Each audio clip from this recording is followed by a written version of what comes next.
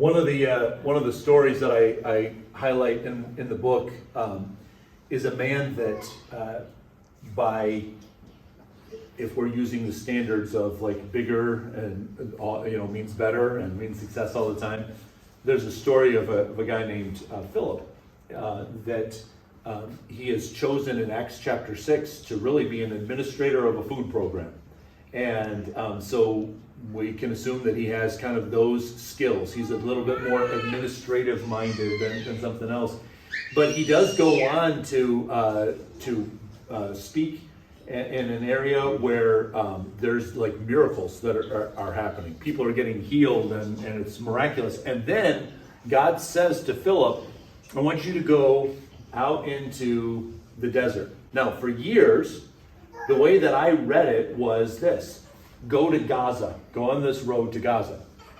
When I got older and I looked a little bit more closely, it doesn't say that. It says just get on the road that is aiming towards Gaza. And it was on that road where he interacted with just one person, a guy who was in the government in Ethiopia. And church historians will trace the arrival of Christianity in Ethiopia, and there's still a strong, it's more of an animist kind of sect of Christianity now in Ethiopia, but they trace that all the way back to this one encounter.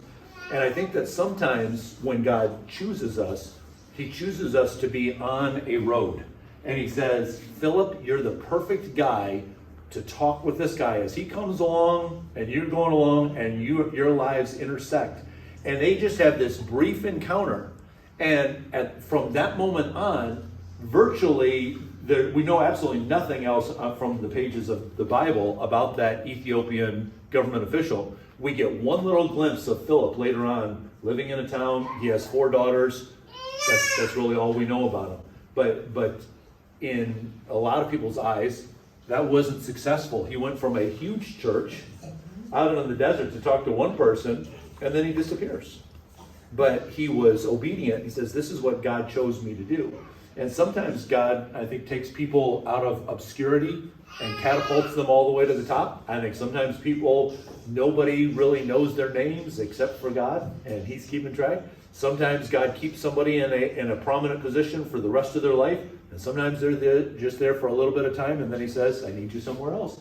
And it's not for us to say, oh, well, not successful because you went 50, 100, 3,000, 1. That's not the mark of being successful or unsuccessful. But what the words are that we want to live for is at the very end when God says, well done, good and faithful servant. So we're good at what we're doing. We do quality work, faithful. We stay consistent in it as long as we've been there, and servant. We're there to not seek great things for ourselves, but to invest in the lives of other people.